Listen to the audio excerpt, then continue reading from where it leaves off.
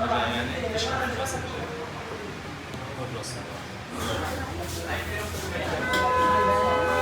Alhamdulillah ve salatu ve selamu ala seyyidina Rasulillah.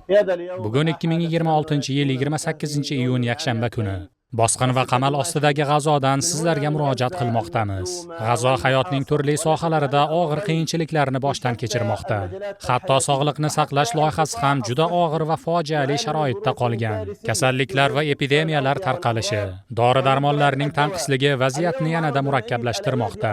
Bugun Saxovatli qo'llar xayriya tashkiloti ko'magida aholilarga yengillik yaratish va ularga yordam qilish maqsadida tibbiy kun loyihasini amalga oshirmoqdamiz. G'azoni qo'llab-quvvatlayotgani va yordam berayotgani uchun Saxovatli qo'llarga minnatdorchilik bildiramiz. Alloh sizlardan rozi bo'lsin.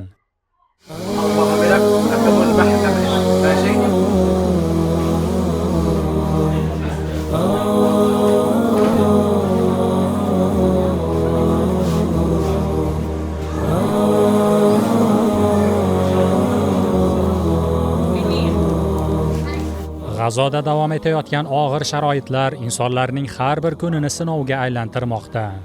Urush va qamal oqibatida minglab oilalar eng oddiy tibbiy xizmatlardan ham foydalanishda qiyinchilikka duch kelmoqda. Shunday bir paytda amalga oshirilayotgan tibbiy yordam loyihalari ko'plab insonlar uchun umid va yengillik manbaiga aylanmoqda.